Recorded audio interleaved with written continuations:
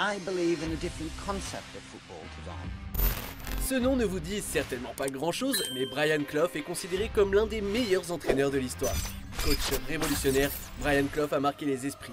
Ses exploits sur le terrain et ses déclarations choc dans les médias ne laissent alors personne indifférent et arrivent même jusqu'aux oreilles d'un certain Mohamed Ali. Brian Clough, some soccer player or something.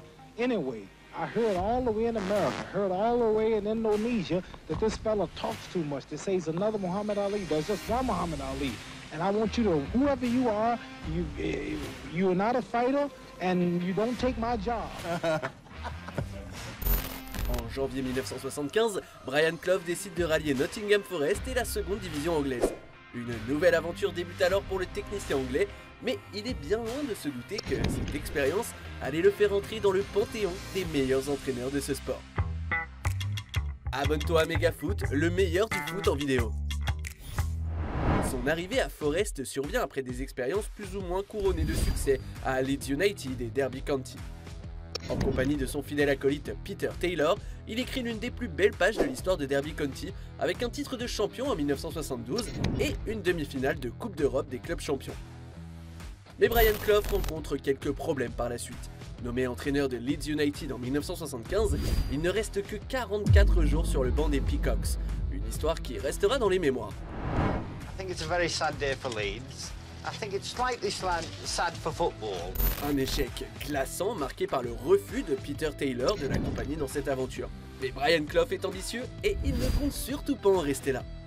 Son arrivée à Nottingham Forest symbolise donc un nouveau départ pour Brian Clough qui doit prouver qu'il n'est pas fini.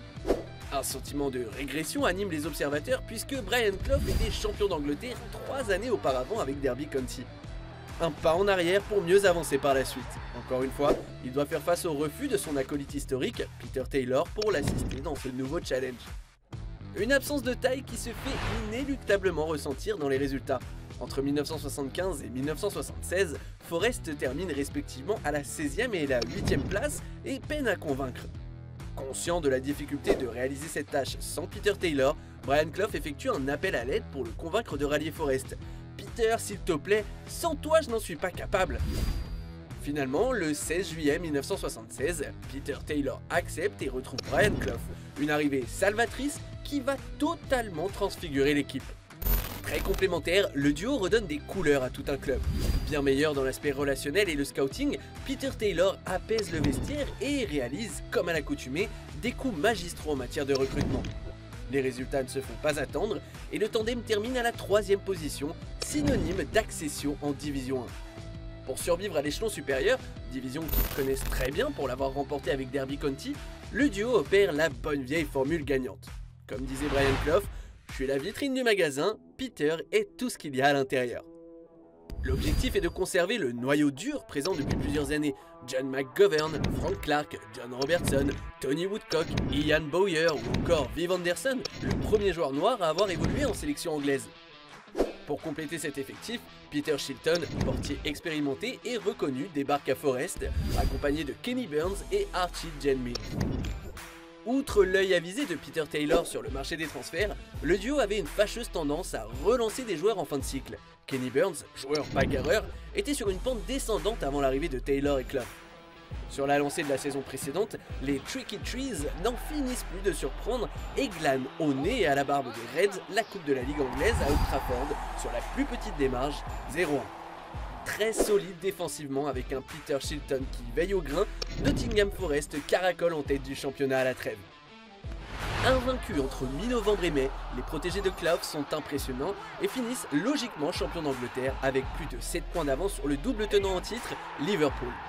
Doté d'une défense imperméable ayant encaissé seulement 24 buts en 42 journées, Nottingham Forest a impressionné.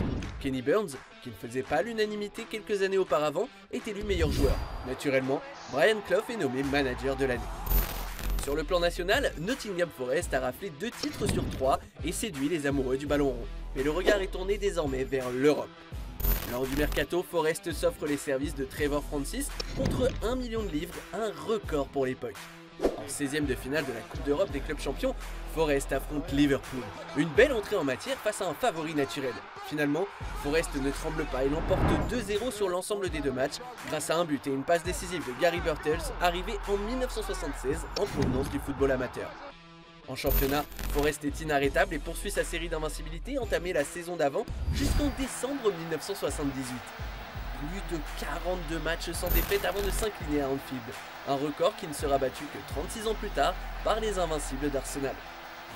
Finalement, au fil des semaines, Forest lâche du lest et Liverpool retrouve son trône. Pour se consoler, il rafle une seconde coupe de la Ligue d'affilée au détriment de Southampton. Mais tous les regards sont tournés vers une autre compétition. Pour accéder au dernier quart de la Coupe d'Europe, Forest se défait sans trop de difficultés de l'AEK Athènes 7-2 et du Grasshopper Zurich 5-2. Mais en demi-finale, un adversaire d'un autre calibre les attend, Cologne.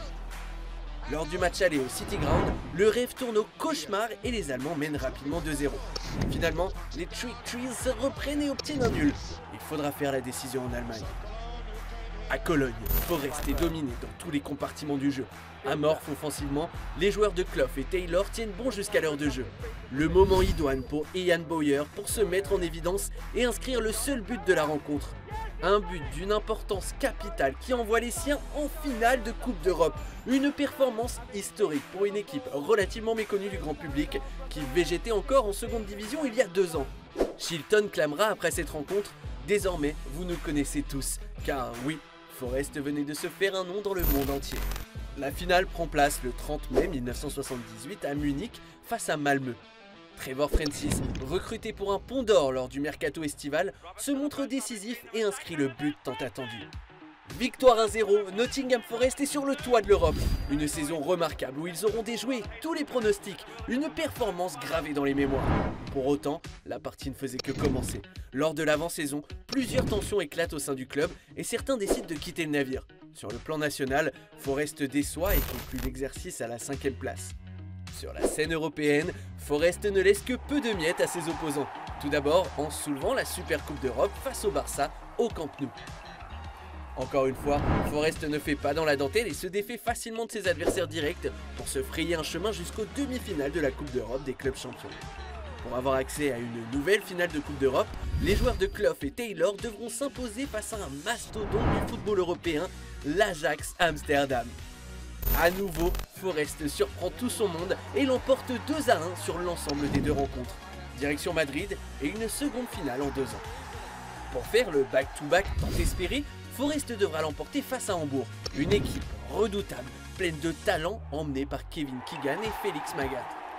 Devant plus de 50 000 supporters, les Tricky Trees jouent pleinement leur chance et John Robertson, l'homme du club, entre dans la légende en inscrivant le seul but du match. Forest conserve donc sa couronne européenne et peut se targuer d'être la seule équipe anglaise à avoir accompli pareille performance. Un club qui présente la particularité d'avoir plus de Coupes d'Europe des clubs champions que de championnats de première division à son actif. Mais cette époque dorée marque le début de la fin du tandem Clough-Taylor. Peu de temps après, les deux hommes ne sont plus du tout sur la même longueur d'onde. Taylor plie bagage et le tandem ne s'adresse plus la parole. Sans son fidèle acolyte, Clough éprouve les pires difficultés du monde à réitérer les performances passées. En régression permanente avec Forest, les supporters demandent qu'il soit licencié et Brian Clough quitte le club en 1993. Cette même année, le club descend en seconde division anglaise. Depuis cette époque, Forest aura perdu de sa superbe, courant inlassablement après ses gloires passées. Les Reds oscilleront tout au mieux entre la première et la 3e division anglaise. Ils figurent actuellement en Championship. Malgré cette fin d'aventure compliquée, le duo Clough-Taylor aura, à bien des égards, métamorphosé Nottingham Forest et le football anglais. Un club de seconde division devenu à 2 reprises champion d'Europe en l'espace de 4 ans seulement. Merci d'avoir regardé notre vidéo. Si tu as aimé en apprendre toujours plus sur ton sport favori, n'hésite pas à parler de notre chaîne autour de toi, d'aimer, de partager. Ça nous aide énormément pour continuer de créer encore plus de vidéos sur le football et ses histoires les plus dingues. A très vite pour une nouvelle vidéo. Ciao!